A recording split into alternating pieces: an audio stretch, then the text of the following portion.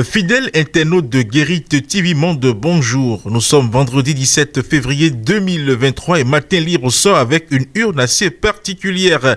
En manchette, il est écrit « Bénin, who is who ?» Ceux qui feront 2023. La manchette est illustrée avec les photos de 20 personnalités, dont Patrice Talon qui se retrouve au milieu de tout ceci. On peut voir également pêle-mêle Louis Vlavonou, Olivier Bocor, la première dame, Malik Gomina, Luc Setonji Atrokpo, professeur Joël Aïva, Komi Kouché, Eric Rounete, Boni Yayi, Rekia Madougou, etc.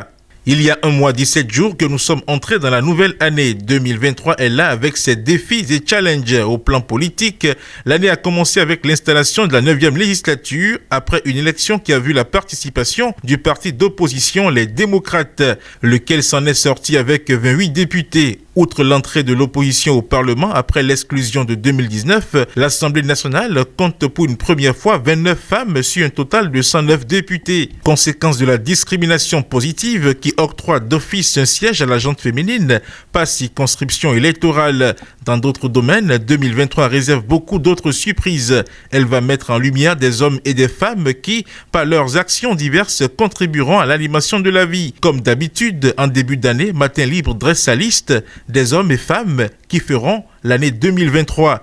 Patrice Talon, 2023 commence sous de bons auspices pour le chef de l'État, chef de la majorité au pouvoir. Aux législatives du 8 janvier 2023, la mouvance s'en est sortie avec 81 députés sur les 109 que compte désormais le Parlement. Patrice Talon dispose donc d'une majorité mécanique pour faire passer les lois et réformes sans difficulté aucune. La nouvelle donne, c'est l'entrée de l'opposition au Parlement. Même sans marge de manœuvre, l'opposition incarnée par le parti Les Démocrates a désormais voix au chapitre au Parlement. La moindre loi, la moindre réforme sera passée au peigne fin. Boni Yayi, lors de la campagne pour les législatives du 8 janvier 2023, l'ancien chef d'État a pris sa casquette de président d'honneur du parti Les Démocrates. Boni Yayi a mobilisé la foule partout sur l'étendue du territoire derrière les candidats du parti d'opposition. On peut dire que la récolte de 28 députés, le parti la doit en grande partie à l'implication de Boni Yayi. La campagne terminée, les députés installés, Boni Yayi va-t-il se ranger et se cramponner à sa mission de médiateur de la CEDEAO en Guinée ou va-t-il continuer à s'impliquer dans la politique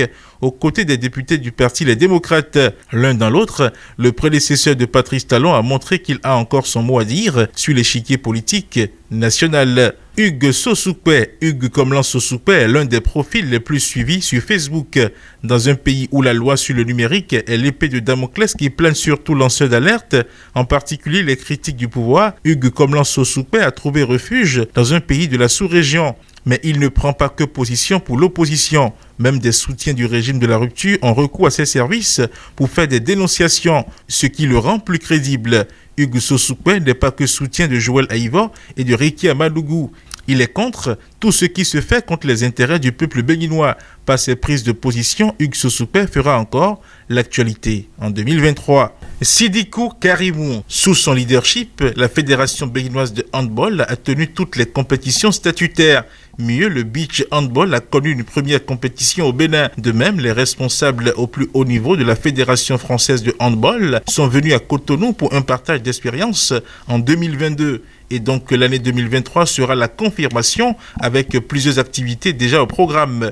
D'ailleurs, 2023 démarre en pompe avec la compétition des jeunes. Sa vision novatrice et son action d'ampleur au profit du développement du handball béninois au plan national et international sont également des défis à relever au cours de l'année 2023. Pour finir à présent, pour son programme de formation thématique, Enabel lance un appel à manifestation d'intérêt. Fidèle internaute de Guérite TV Monde et lecteur de Matin Libre, le contenu de votre quotidien en sa parution du vendredi 17 février 2023 vous est ainsi livré. Bon week-end et à lundi.